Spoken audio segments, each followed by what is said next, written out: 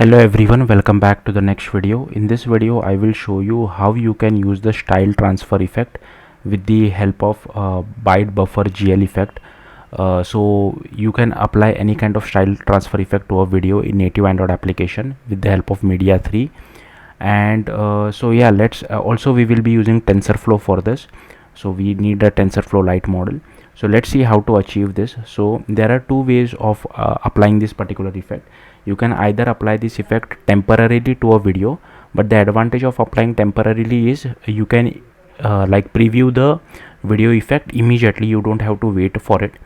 And the second approach is to apply it permanently. If you apply it permanently, then you have to wait depending on how big your video is, but the advantage is the video is saved permanently to the user's external storage as a copy, so that it is not like the original video is not modified, so they can access this video whenever they want, even outside our app. So first I'll show you how to apply it temporarily to preview that particular video effect. So I'll just click on this pick video button. Here I have one video. I'll just select this video, and here you can see, I'll just pause the video for a second. So it has applied the oil paint effect to this particular video. So I'll just play it again.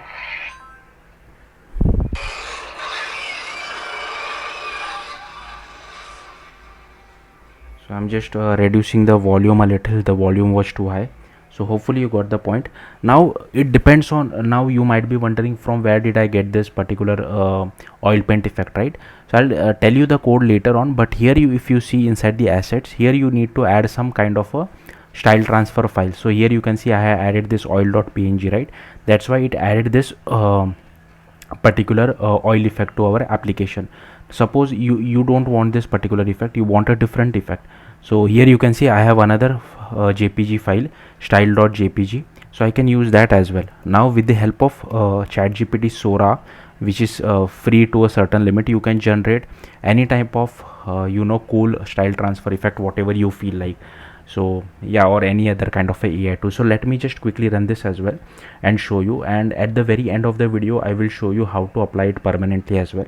So let's just run this. So I'll just click on pick video. I'll just select the same video again, and here you can see now the video is like the style transfer effect is completely different. Okay, hopefully you got the point. Now let me just pause this video. What if I don't want to apply the style transfer effect to the entire video? I want only it to be applied to the first half, like not the first half, like the half of the width. The rest half of the width should be the original video. You can do that as well. So again, I'll just show you the code later on, but I'm just showing you what all things are possible. So here you just have to pass input width divide by 2, or you can also do input height divide by 2, or whatever portion you want to apply it to. So left and bottom I have kept it as 0 0, but if you want you can play around with those values as well. So I'll just click on pick video again. I'll just select the video, and now here you can see it has applied that effect to only the like the first first half width of the video, but the second half width is still the original video. So hopefully you got the point. Again, I'll just revert it back to the original one. So let's see how to achieve this. So first I'll just close everything. Okay, I have created a native Android application using XML layout, but if you want you can use Jetpack Compose as well. The reason I am not using Jetpack Compose because this Media3 library is still a bit unstable in Jetpack Compose. Like it's still very new. It is stable, but it is still very new. I feel like the API will change drastically in the future. That's why I'm once I feel like it is stable, I'll make a video with Jetpack Compose as well. But like I said, you can use with Jetpack Compose because most of it is business logic. There is the UI logic is very less. So let's get started. So first what I have done is that you need to go to build.gradle.kts, and here I have added few dependency. First one is this Media3 effect, then the Media3 transformer, Media3 common, Media3 UI, Media3 exo player, and for TensorFlow now TensorFlow Lite has been like renamed to LiteRT, so that's why the dependency names has also been changed. So you will have to import it like this: LiteRT support API, LiteRT GPU, and LiteRT. So these three dependencies needs to be added as well. Once you add all these three dependencies, you if you see my activity underscore main, here I have just taken one button. If you are using Jetpack Compose, you'll have to do this via Jetpack Compose, and here is our player view for playing the video. Okay, Next, let me, I don't think there is anything inside Android manifest, so nothing inside Android manifest. Now you need to create an assets folder. So to easily create an assets folder, just right click new, don't create it manually, use Android Studio, right click new, go to folder, click on assets folder and just click on finish. I have already created it, so I won't create it again. Now inside the assets folder, if I just show it to you, firstly you would require the style transfer file. Now this can be any JPG or PNG file, or you can generate it via AI as well, like Sora or whatever, Gemini image model, Imagen model, whatever you want to use. So just have that particular JPG, PNG, whatever you feel like. And you also require this TensorFlow Lite model. Now from where will you get this TensorFlow Lite model? So I don't know the actual TensorFlow Lite hub from where exactly we can download it, but I have downloaded it from this particular repo, so I'll just show you that as well. So this is a Socialite. Again, this is from the Android team themselves, so it is not just any other repository by some random guy, it is from Google themselves. And here inside this particular repo you can just download this, and once you have downloaded, you can just go to the app, src main, and here you can see inside the assets you should see these two files. So you don't require all these files, all you require is, okay, where is those files? Okay, I'm not able to find it. Socialite should have been there. Okay, maybe it is app. Yeah, there is only one app. I don't know what's wrong here, because I was able to find it when I downloaded it yesterday. Have they removed it already? I don't think there are any changes. Just go to assets.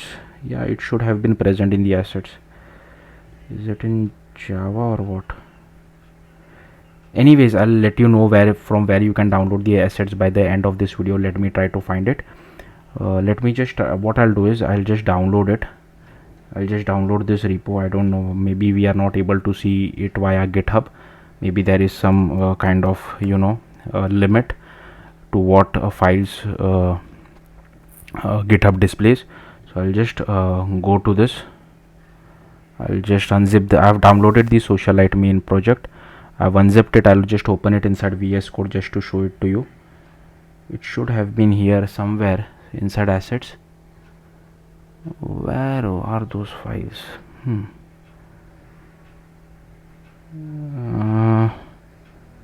Okay, sorry about this. What I'll do is I'll just, by the end of the video, I'll just share the link where exactly is this particular file.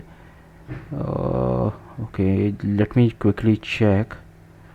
Let me try searching for sorry about this, because I remember I downloading. I'll just show you the code also in a bit.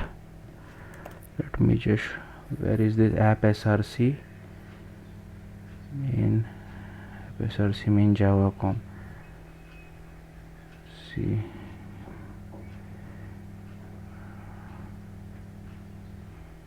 Google's Android samples, Socialite UI video edit,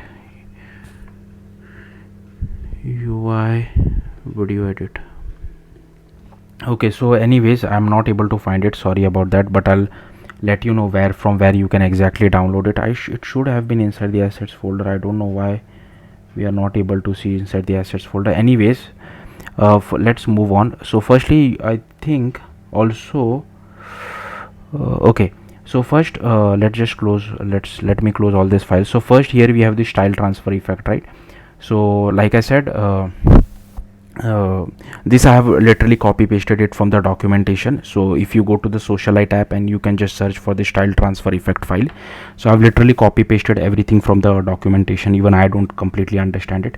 So what I'll do, I'll simply scroll through this file. Feel free to pause the video and copy it, or you can just go to the Socialite repository and just copy paste the code. Here you can see we are referring the TF Lite file, so TensorFlow Lite file. That's why we require those particular files. Okay, so yeah, that's it. Next, you need to go to main activity, and here you can see these are all the imports. So first, let me show you guys all the imports which are there. Okay, now if you are following the first approach, the first demo which I showed you, then you don't require this transformer.listener. This is required for the second output, which I will show you, where we are applying the style transfer permanently to a video. Then here we have this array list of effect. Here is our XO player, here is our player view, here is the file name, playback position is 0, play when ready is true, here is our transformer, here is the file path, and here is the handler for our looper, and here is the progress holder as well, and video URL is empty at the start. Okay, and this particular method will get called on the button click. So here you can see we are filtering by videos, and once the user picks a video, we come over here, we assign it to the video URL. Now like I said, for the first demo which I showed you, we just initialize our input player, but for the second demo we'll have to set up our transformer. So we will be uncommenting this and commenting this initialization of input player, but I'll come back to that later on, just keep that in mind. Then here we initialize our input player, then here we add the effects. So you have to use, again I'll just reformat my code a little bit. Okay, it's not happening. Anyways, here you need to use bytebuffer.gl effect, pass the bitmap, style transfer effect, here you pass your main activity, and here you need to pass the image, name of your own image, whatever you have added inside the assets folder. Then here you have the click listener for our button, and here we just call launch new video picker. Then here we initialize our input player. Okay, now like I said, if you are following the first approach, this is correct. Like here you can see we are immediately setting the video effect, but for the second approach we'll have to uncomment this and comment this entire thing out. Again, just giving you guys a heads up so that you don't get confused. Okay, and this is the code for releasing our player. Then inside on stop we release our player, inside on pause we pause our player, inside on destroy we release our player. Again, this is not, if you are just previewing the effect, you don't require all this stuff which I will show you right now, so you can completely ignore it, but for the second part we require it. So here you can see we just call transform video. Inside transform video we just initialize our transformer. Here is our input media item, then here we set the edited media item, here we create our external file, then here we start the transformation. Then here, like I said, it will take a bit of time to apply that effect permanently. So depending on how big your video is, you need to display a progress bar to the user, right? I am not displaying in this example, but I am showing you how you can get the progress status as well. So the progress state will be either from 0, 1 and 2. Okay, and the progress holder dot progress, it will be from 0 to 100. But the problem with this progress holder dot progress is it does not always reach till 100. It stops sometimes at 80, stops sometimes at 90. Also have added a 500 milliseconds delay. So if whenever the progress state becomes 0, that means the video has finished processing. So you can hide your progress bar if you are displaying it and show a video player to play the video. Then there is one more method called onCompleted. So I'll show you that. You can also use that as a callback. So here we have this create external file. So here we are creating our external file. Then this is the code for saving the file to external storage. Now even I have copy pasted this code from Stack Overflow. So I'll simply scroll through this. Feel free to pause the video and just copy this code. So here we override onCompleted callback. So here we initialize our input player. Here we save the file to external storage, and here we display a toast message saying transformation completed. In case if there is any error, we just display a toast message saying transformation failed. So yeah, that's all there is to it.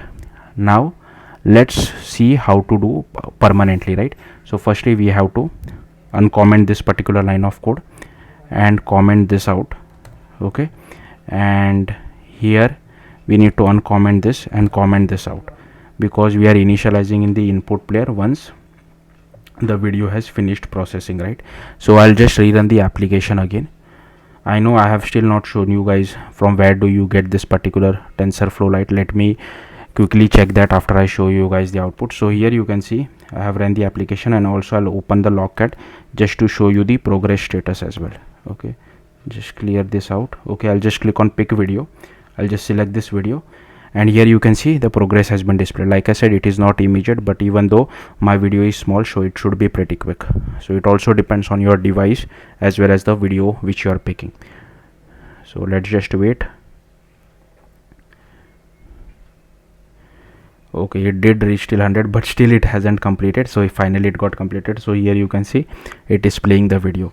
Now if I just show it to you, prove it to you, if I click on pick video, now there are two videos, and the first video is the permanent effect, which style transfer effect which we have applied. Okay, so hopefully you got the point. Now let me quickly see from where you can get the TensorFlow Lite files. As I'm not able to find those TensorFlow Lite models, so what I will do is I'll just create one GitHub repo, and I'll just upload those TensorFlow Lite models to that particular repo. and I'll just pin that particular link in the description as well as in the comments, so do check that out. Yeah, that's it. Thank you for watching. Bye.